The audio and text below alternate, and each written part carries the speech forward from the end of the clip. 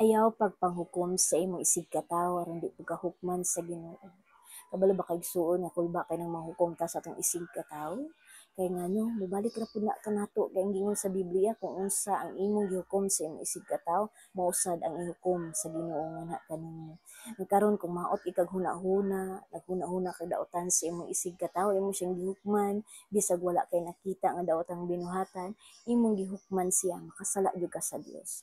Hinumdumi kung miingon ka sa isa ka tawo, nakita lang nimo ang babae nga minglabay dunay kuyog nga laki, miingon din ka nga maburos gina ba. Bighaon ginang bayhan na maburos gina di gina ka mag-eskwela. Ayaw na pamulunga kay tingali unyag ihungit na sa ginungan ha kanimo mahitabo unya sa imong kagalingong anak ang imong gihukom sa imong isig ka tawo. San igsuon. Be careful sa imong gipamulong kay basin mo balik rasad sa imo. Hinumdumi kining buhata sala. Bisan pag walay gadungog, apan gadungog ang Dios. No, hinumdumi kanunay galantaw kanato ang Ginoo, makadungog gali ang Ginoo sa mga di maayo nimong hukom, ibalik unya na sa imo nan mo ginagitawag na to karma. Nang be careful sa imong gipamulong kay ngano dili ganahan ang Ginoong Hesus nga kita mahimong manggihukmanon sa atong isig katawo. Kay unsa ba ang nakapalansang sa atong Ginoong Kristo sa krus? Dili ba mauman ka ng salaa nga pagpanghukom gihukman ang atong Ginoo gumikan sa kasina sa mga Pariseo nga na kaniya.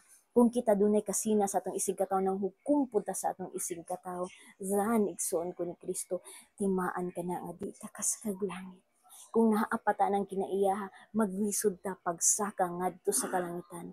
Unless kung aton ang pangayoad pasaylo sa Ginoo giampo nato nga mawala na ngari kanato nga kinaiya kay isa na sa babag nga kinaiya nga makasakatangad to sa langit. Manang be careful sa imong gipamulong, be careful sa imong gipanghukom kay basig mo balik unya sa imo apon. Gently reminder ni igsuon ba aron sad ang imong gipamulong nga sakit ngadto sa imong isig katawo, ang imong pagpanghukom dito sa imong isig katawo imo nang mapakgang aron dili pug ka maalaot gumikan lang sa imong daotang dila, gumikan lang sa imong daotang pinulungan nganha sa imong isig katawo. God bless you.